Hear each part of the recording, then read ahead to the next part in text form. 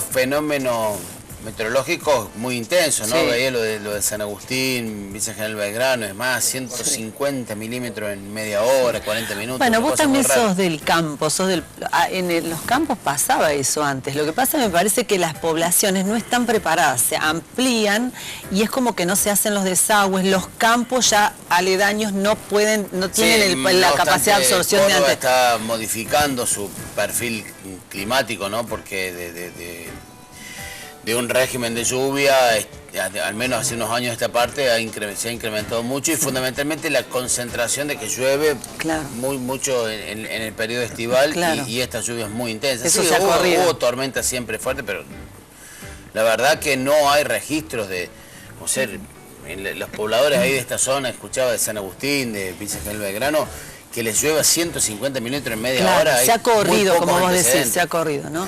Bueno, vamos a los temas que tienen que ver con la política. En este caso, una de las cuestiones centrales en la política nacional es la pelea planteada en el seno de la justicia federal, a partir de distintas acciones que ha venido tomando el gobierno, no desde hace poco tiempo, hace mucho que el gobierno viene planteando una cuestión que tiene que ver con modificaciones en la justicia, en aquel proyecto que en algún momento fue frenado hasta por la propia Corte Suprema de Justicia, denominado de democratización de la justicia, y que en la última instancia tuvo que ver con la modificación del Código Procesal Penal, de los procedimientos que se deben realizar para llevar adelante las acciones judiciales. Y esto implicó que en las últimas semanas la Procuradora General de la Nación, que es la jefa de los fiscales, apurase la designación de fiscales subrogantes, que son los que reemplazan a los fiscales, para que empezaran a actuar bajo un nuevo Código Procesal Penal que todavía no está plenamente en vigencia.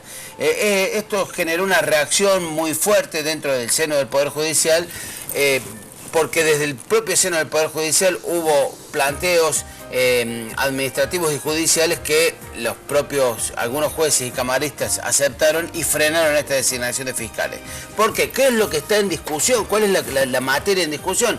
Bueno, la oposición, sectores de la justicia y demás acusan al gobierno de algo que la mayoría de los gobiernos han caído en esta tentación, de que buscar tener fiscales y jueces afines al poder con algún grado de sintonía, de modo tal de garantizar cierta impunidad. Y cuando los procesos políticos se empiezan a terminar y la retirada está cerca, este intento por buscar fiscales y jueces afines, amigos y demás, se suele incrementar. Y este es el caso que el kirchnerismo ha repetido esta situación que se ha dado en otras situaciones políticas en Argentina. Fundamentalmente el antecedente más inmediato es el menemismo.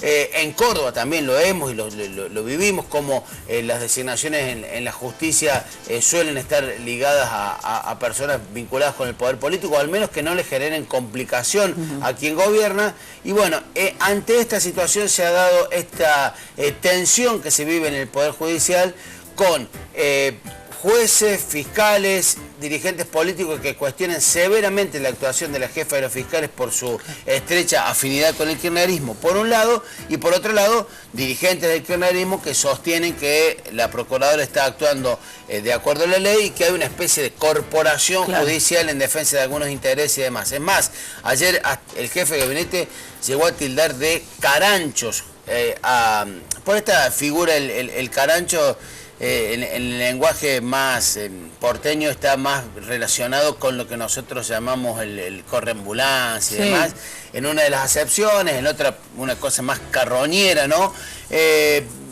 Llegó a tildar de carancho justamente a los jueces que resisten la designación de estos nuevos fiscales. Es un tema bastante realmente complejo, pero que esconde este intento, esta tentación de que tienen los gobiernos, fundamentalmente cuando empieza el periodo final, de buscar jueces y fiscales afines para garantizar la impunidad futura. Pero digo, con una última salvedad, ¿no? La impunidad se garantiza, o esta relación generalmente se garantiza mientras se ejerce el poder. Porque ha habido casos, y el menemismo es un ejemplo de ello, que cuando termina el poder, cuando cesa el mandato, esos fiscales y jueces que fueron afines, que fueron designados por la amistad, por la lealtad, por la incondicionalidad que tenían en determinado proyecto político, se termina y son justamente esos mismos jueces y fiscales los que terminan procesando, deteniendo, imputando a los que estaban en poder, ¿no? Una pregunta, más allá de la legitimidad y esta relación política que se hace con el nombramiento de los fiscales y el gobierno de turno, ¿es una cuestión ajustada a derecho? Porque por ahí la crítica apunta que se ha avanzado en una nueva figura para el nombramiento, que es la de los nombramientos ad hoc, dejando de lado o en un costado lo que se hizo históricamente, estos fiscales de carrera. No, o sea, hay dos cosas. Una es las fiscalías en sí mismas, que deben pasar por concursos, por el Consejo de la Magistratura y la aprobación de un pliego en el Senado, y las fiscalías subrogantes, que es decir, fiscalía de reemplazo, para las ferias, para otras situaciones, por cuando alguien es objetado en un proceso judicial y demás. En esto las fiscalías subrogantes no tienen todos los requisitos que las fiscalías titulares, digamos. La cuestión de si hizo conforme o no de derecho es justamente las dos bibliotecas que están hoy en discusión. El gobierno dice que sí, los legisladores afines al kirchnerismo dicen que sí.